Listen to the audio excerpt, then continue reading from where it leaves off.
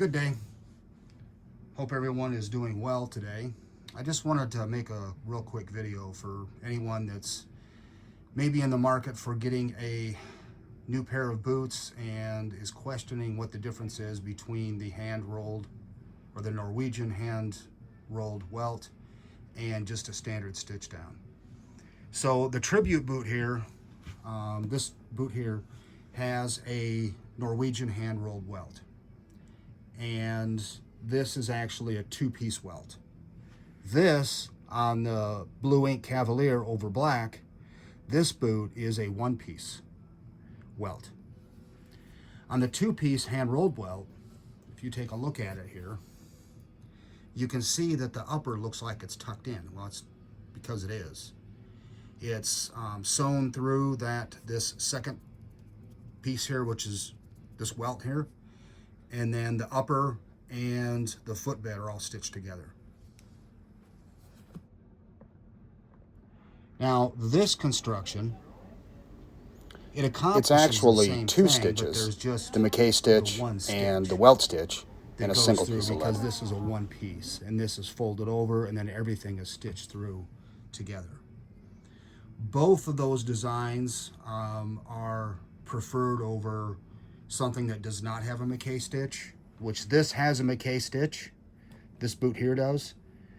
This construction here makes the McKay stitch unnecessary, because you're doing that with this, but it's being hand sewed instead of machine sewed. Now, the one thing that I did notice between the two is the foot profile, or the toe profile, toe box profile, looks a little bit different between the two of them.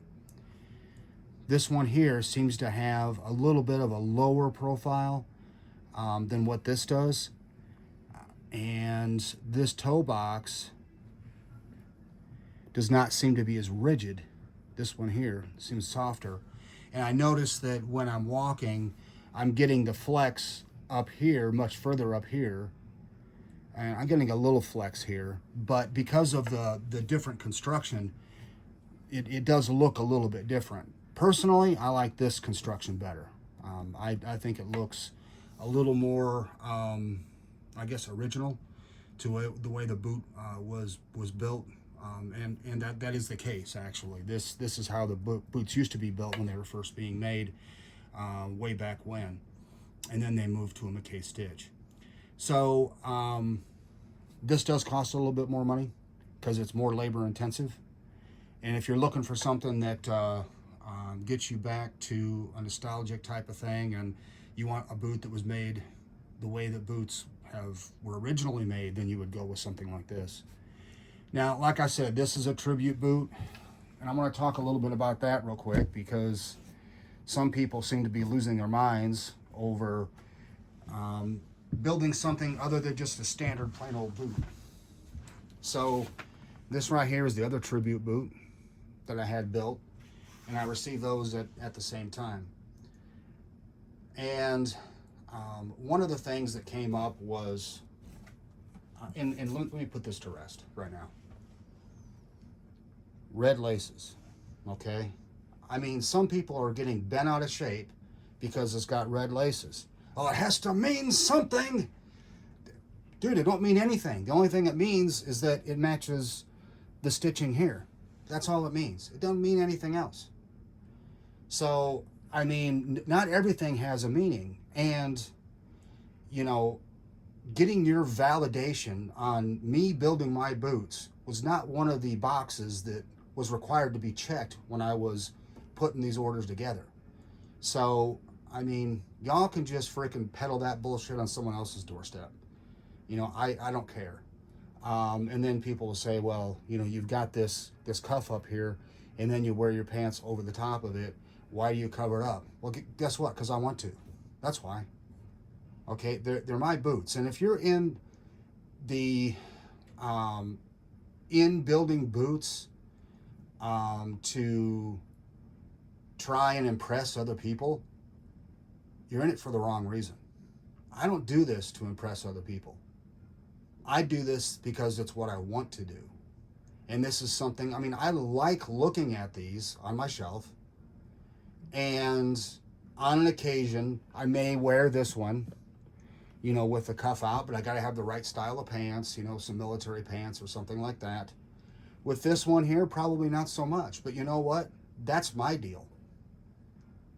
All right. So if you want to, you know, put your 2 cents in, you know, do it on somebody else. I really don't care. But, and that's, you know, where I'm going with this. Don't build your boots based on what other people are going to say.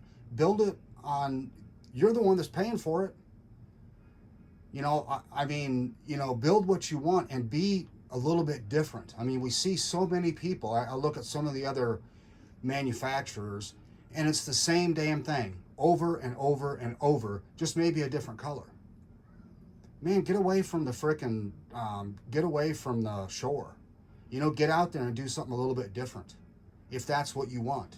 If you want the traditional stuff, there's nothing wrong with that. But there's also nothing wrong with this. And again, you're the one that's paying for it. Now, if I'm going to spend the kind of money that I'm spending on these boots, I'm going to have someone that knows what they're doing and takes their customers seriously and treats their customers well and has skilled craftsmen to do it. Not everybody can build these. I'm telling you that right now. And I choose Frank's because I know they can get it done.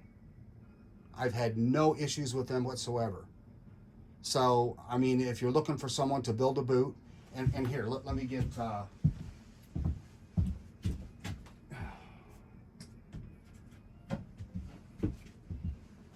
okay, yeah, I've got the standard stuff too with Frank's. Okay, which is just rough out. It is a Type 1 Commander, lace to toe. So I have the standard stuff too. You know, I've got,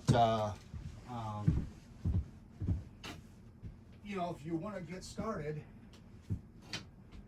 with something and don't want to spend a whole lot of money and get into a Pacific Northwest boot, you can get into a Patriot, which is, this is the Patriot. Okay, no McKay stitch, but you don't always need it. For those guys that want the extra durability and the extra, I guess, peace of mind that you're not going to get dirt and trash between the footbed and the midsole, then, you know, you can upgrade yourself. But, you know, the Patriot is a place to get started. And I mean, I've got probably, let's see, I'm wearing a pair of Frank's boots, and I've got probably another 4 or 5 pair in there. So, you know, yeah, that's who I use, because I know they can do a good job. I get my money's worth. You know, this is basically, this Patriot right here is basically what, well, I mean, I really don't want to go down that road, but it does not have a McKay stitch. JK and Nick's, they don't have a McKay stitch either. So you're paying, what, $600? And this is, the Patriot is like just under 4, last time I checked. So, I mean, it's a no-brainer when you think about it. But there may be some instances where maybe some of the other manufacturers have leathers that Frank's doesn't have. But Frank's has been very accommodating for me. So, but anyway, I just kind of wanted to, you know, give my point on, you know, if you're going to build boots, build them for you. Don't build them for anyone else. You know, don't build them to impress people. If you have to be validated by your boots, or that's what drives you, you're in it for the wrong reason. These should make you happy, nobody else. Anyway, if you have any questions or anything on these builds, go ahead and hit me up. I'm glad to answer any questions. And beyond that, y'all have a good day.